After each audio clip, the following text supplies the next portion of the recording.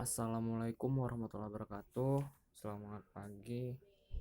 Nama saya Muhammad Khairi. Di sini saya akan menjelaskan tentang keamanan data. Yang pertama adalah aspek keamanan sistem komunikasi, yaitu terbagi menjadi 4. Pertama, privasi, confidentiality, yaitu menjaga informasi dari orang yang tidak berhak mengakses. Privasi itu adalah lebih ke arah data-data yang bersifat privasi.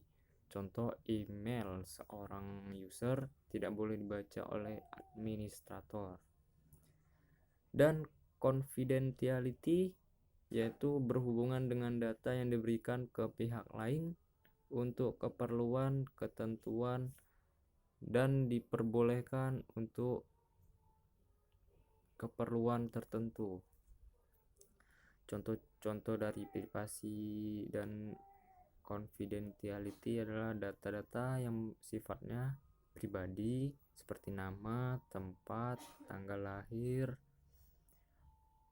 social security number, agama, status perkawinan, penyakit yang pernah diderita, nomor kartu kredit, dan sebagainya. Harus dapat diproteksi dalam penggunaan dan penyebarannya. Yang kedua adalah integrity. Integrity itu adalah informasi yang tidak boleh diubah tanpa seizin pemilik informasi. Contohnya, email di intercept di tengah jalan, diubah isinya, kemudian diteruskan ke alam yang dituju. Bentuk serangannya seperti adanya virus trojan atau pemakai lain yang mengubah informasi tanpa izin. Ini dimaksud dengan virus ya. Man in the middle attack, di mana seseorang menempatkan diri di tengah pembicaraan dan menyamar sebagai orang lain. Dan yang ketiga adalah authentication, yaitu metode yang menyatakan bahwa informasi betul-betul asli, atau orang yang mengakses atau memberikan informasi adalah betul-betul orang yang dimaksud. Dukungannya adanya tools yang membuktikan keaslian dokumen. Dapat dilakukan dengan teknologi watermarking untuk menjaga intellectual property, yaitu dengan menandai dokumen atau hasil karya dengan tanda tangan pembuat dan digital signature. Yang kedua adalah dukungannya akses control, yaitu berkaitan dengan pembatasan orang yang dapat mengakses informasi. User harus menggunakan password, biometrik, ciri khas orang, dan sejenisnya. Yang keempat adalah availability, yaitu berhubungan dengan ketersediaan informasi ketika dibutuhkan. Contoh hambatannya adalah DOS attack, serangan DOS, di mana server dikirimi permintaan, ini biasanya palsu ya, yang bertubi-tubi, permintaan palsu secara terus-menerus, atau permintaan yang di luar perkiraan sehingga tidak dapat melayani permintaan lain, atau bahkan sampai down, hang atau crash, rusak. Mail bomb, di mana seseorang pemakai dikirimi email bertubi-tubi, dikirimi pesan dari email terus-menerus.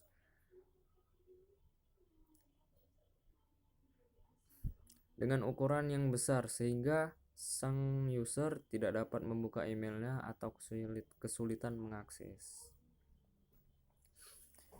Dan kita bahas kriptografi. Kriptografi itu adalah merupakan ilmu dan seni untuk menjaga pesan agar aman. Kripto berarti secret atau rahasia, dan grafi berarti writing. Para pelaku praktis kriptografi disebut kriptografer. Sebuah algoritma kriptografik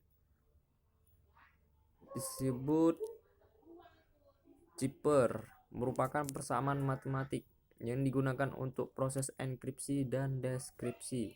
Biasanya kedua persamaan matematik untuk enkripsi dan deskripsi tersebut memiliki hubungan matematis yang cukup erat.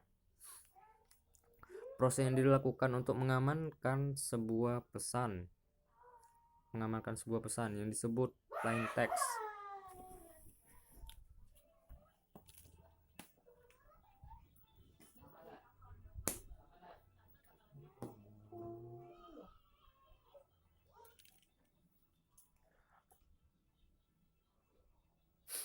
Menjadi pesan yang tersembunyi disebut ciphertext adalah enkripsi.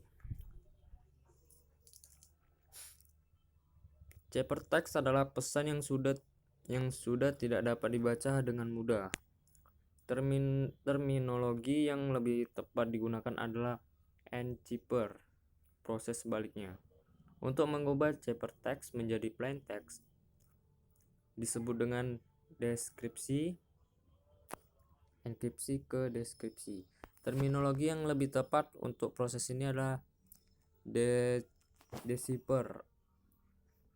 Kriptanalisis adalah seni dan ilmu untuk memecahkan ciphertext tanpa bantuan kunci.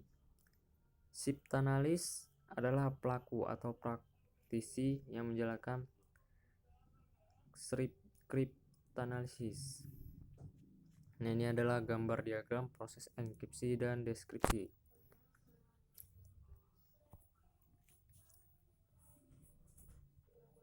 Ini plain text sebuah pesan menuju ke kunci enkripsi.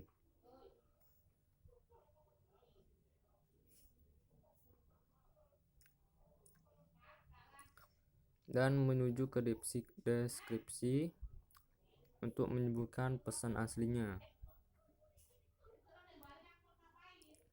Dan menuju ke plain text yaitu